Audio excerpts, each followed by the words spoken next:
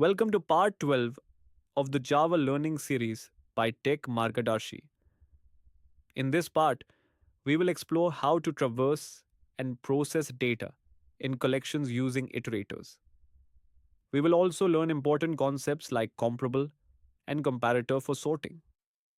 These concepts are very useful in real world applications and interviews. Let's start by understanding iteration in Java. Iteration means traversing elements one by one from a collection, such as a list or set.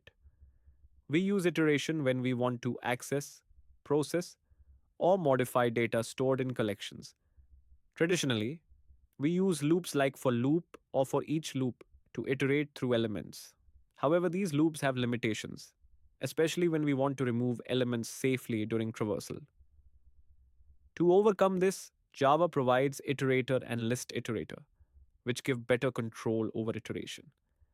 Iteration is commonly used in real world scenarios, like displaying data, filtering records, or updating values in collections. Now let's understand the iterator interface in Java.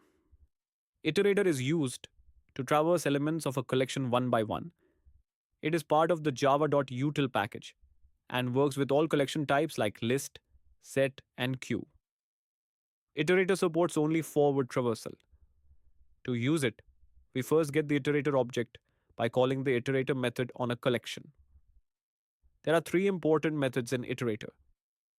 The hasNext method checks if more elements are available. The next method returns the next element. The remove method is used to safely remove elements during iteration.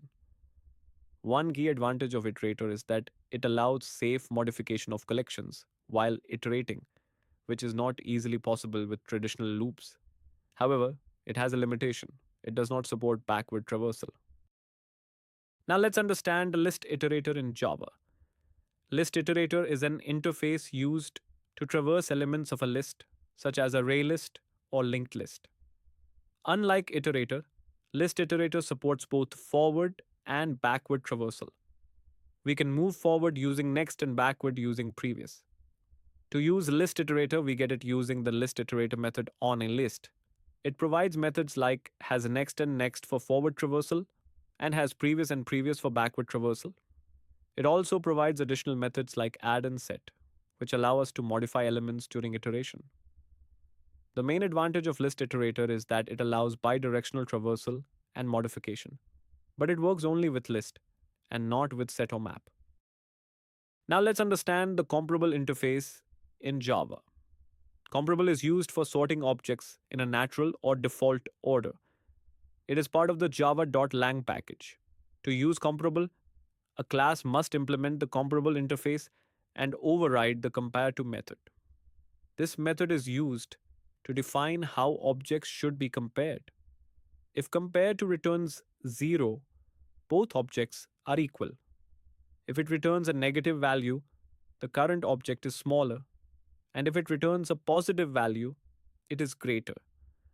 Comparable is mainly used for sorting custom objects like students or employees based on a single field, such as marks or salary. The main advantage is that it provides a simple way to sort objects, but the limitation is that it allows only one type of sorting logic. Now let's understand the comparator interface in Java. Comparator is used for custom sorting of objects and is part of the java.util package. Unlike comparable, comparator allows us to define multiple sorting logics. It uses the compare method, which takes two objects and compares them. If the method returns 0, both objects are equal. If it returns a negative value, the first object is smaller, and if positive, it is greater. Comparator is mainly used when we want to sort objects based on different fields, such as sorting students by marks, name, or age. The main advantage of comparator is flexibility, as it supports multiple sorting criteria, but it is slightly more complex compared to comparable. Now let's compare comparable and comparator in Java. Comparable is used for natural or default sorting and is part of the java.lang package. It uses the compare_to method and is implemented inside the class itself. Because of this, it allows only one type of sorting logic. On the other hand, comparator is used for custom sorting and is part of the java.util package. It uses the compare method and is implemented in a separate class or using lambda expressions. This allows multiple sorting logics without modifying the original class.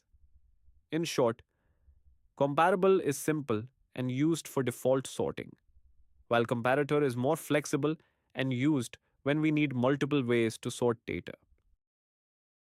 Let's look at how sorting works in Java using comparable and comparator. In the first example, we use comparable. The student class implements the comparable interface and overrides the compare to method to define sorting based on marks. Using collections.sort, the list is sorted in ascending order. In the second example, we use comparator for custom sorting. Here, we create a separate class that implements comparator and defines sorting logic for descending order. We then pass this comparator to the sort method. This shows that comparable is used for default sorting, while comparator gives us flexibility to define multiple sorting logics based on our requirements. Now let's understand some real-time use cases of sorting in Java. In applications like student management systems, we sort students based on marks or grades to determine rankings. In employee systems, sorting is used to arrange data based on salary, experience, or name. In e commerce platforms, products are sorted by price, rating, or popularity to improve user experience. Banking systems use sorting to organize transactions based on date or amount.